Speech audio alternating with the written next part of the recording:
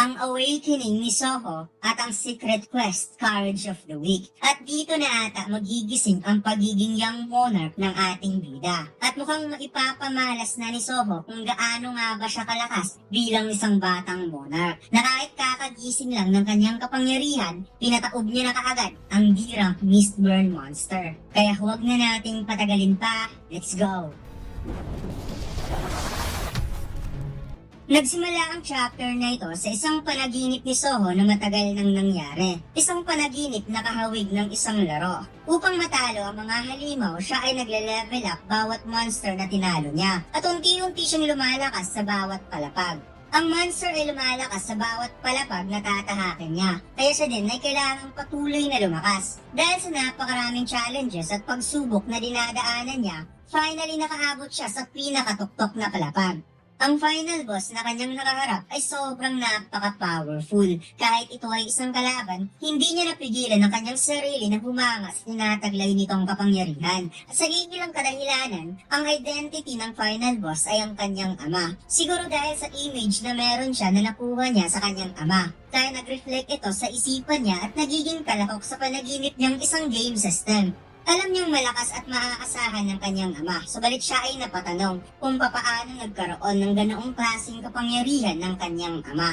At dito'y nakita ni Soho ang fire extinguisher kung kahit hindi siya nagdadalawang isip na kunin ito at kaagad sumugod sa blue flame monster. At dali-dali niya itong hinampas sa umaapoy nitong bibig. Kaya napatingala ang monster sa lakas ng pag-smash ni Soho. At napawika ang ating bida na kung ang kanyang ama ay nasa sitwasyon niya ngayon, ay siguradong pareho lamang ang kanilang magiging desisyon. Napastagar lamang ang Blue Flame Monster na parang nahihilo ito sa lakas ng pag-smash ni Soho. Napaisip si Soho kung ano ang susunod niyang gagawin dahil narinig niya na ang mga non-awakened na walang mana ay hindi talaga tatalab ang atake nito kahit gaano pa kalakas against sa mga magic beast. Kaya na-realize niyang sumalakay siya na hindi talaga nag-iingat. Subalit, nagulat ang kanyang mga mata dahil mayroon siyang napansin, isang kakaibang phenomena na ngayon lang niya nararamdaman, kung saan biglang huminto ang takbo ng oras. Nagulat si Soho dahil may biglang lumitaw na parang system sa kanyang harapan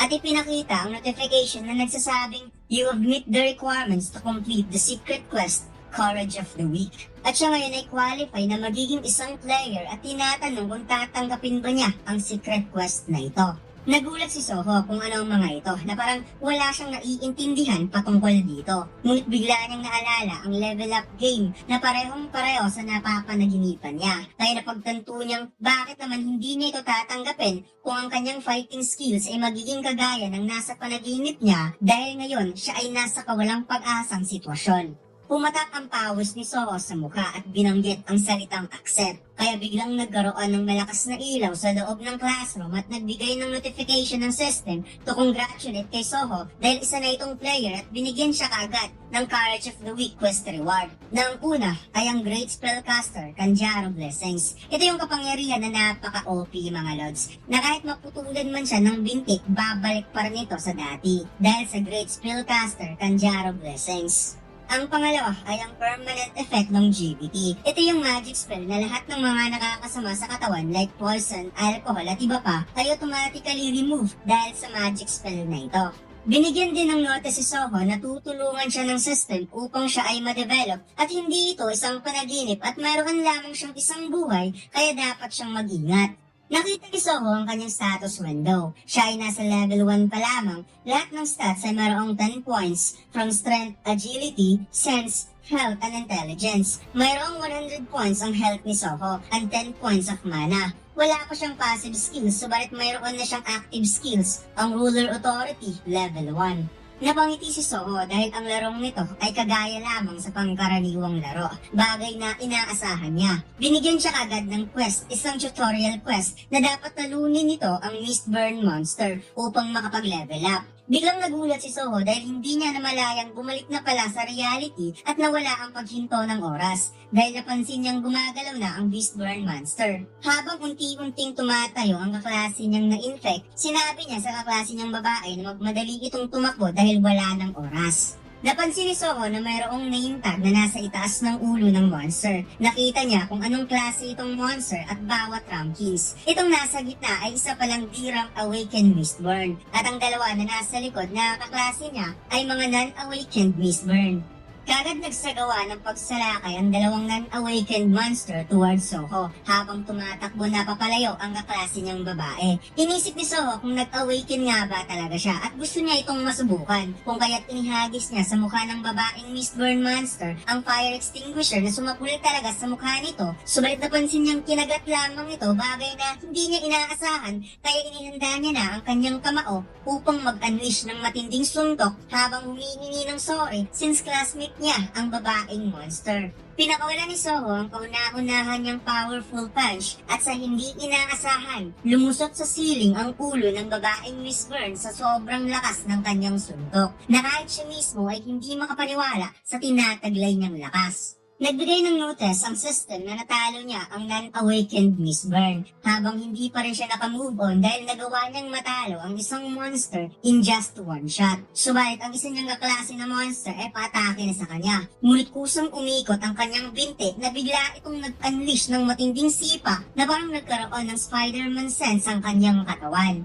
Muli na namang nagbigay ng notice ang system na nagawa niyang matalo ang isang non-awakened Mistborn at siya ay nakapag-level up kung kaya't nakompleto niya na ang kanyang tutorial quest. Napangiti si Soho dahil sa tinataglay niyang kapangyarihan at ipinaalam sa kanya ng system na nakatanggap siya ng reward. Subalit gusto pa rin niyang masubukan kung nagkaroon nga ba siya ng awakening. Kung kaya't mabilis niyang sinalakay ang dirang awakened Mistborn at nag-unleash ng suntok na direktang tumama sa mukha ng monster. Subalit siya ay nagulat dahil hindi man lang niya nagawang mapaatras ang kalaban at mabilis pa itong nagsagawa ng atake gamit ang mahaba nitong kuko na tumama talaga sa dibdib ni Soho. Kung kaya't kaagad niya itong sinipa upang lumayo at magkaroon ng distansya. Napamura si Soho sa sobrang pag-alala dahil magiging magic beast siya sa sugat na ito. Narealize niya na kung kailan siya nagkaroon ng awakening, magiging magic beast naman siya pagkatapos. Nagbigay ng notice ang system na nagkaroon ng harmful status ang player at matik na activate ang effect ng longevity kung saan siya ay nagulat dahil unti-unting naghilom ang kanyang sugat at bumalik lamang sa normal ang kanyang katawan, bagay na di ka panipaniwala para sa kanya. Muling sumalakay ang Mistborn monster at nagawa siya nitong ma-takedown kung kaya't pilit niya itong pinipigilan upang hindi siya makagat. Narealize ni Soho na kaka-awakened lang niya, kaya understandable na siya ay isang irang awakened at mahina kaysa sa isang dirang awakened magic beast. Habang tinititigan ang mukha ng monster, nag-iisip siya ng paraan kung ano ang dapat niyang gawin. At dito'y naalala niya na mayroon palang reward na ibinigay sa kanya ang system. Kagad niya itong binuksan at nabigyan siya ng dalawang rewards. Na ang una ay ang stats plus 5 points at ang pangalawa ay ang strength stats plus 3 points.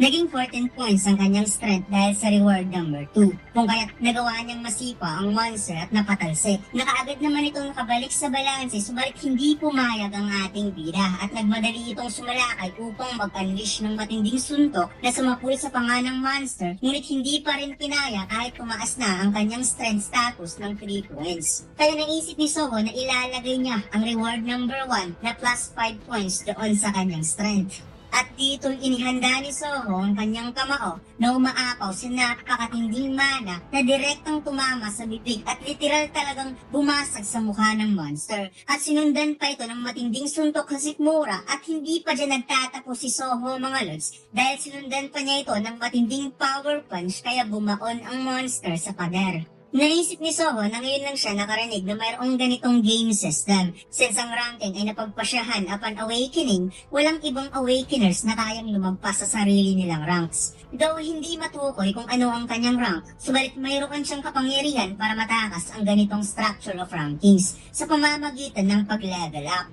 Nagkaroon ng crack ang kabilang classroom at unti-unting gumuho ang pader dahil hindi pa pala tapos si Soho. Sinundan pa niya ito ng malakas na straight jab at tinapos sa isang matinding right cross at makikitang wasak ang pader sa lakas ng kamao ni Soho.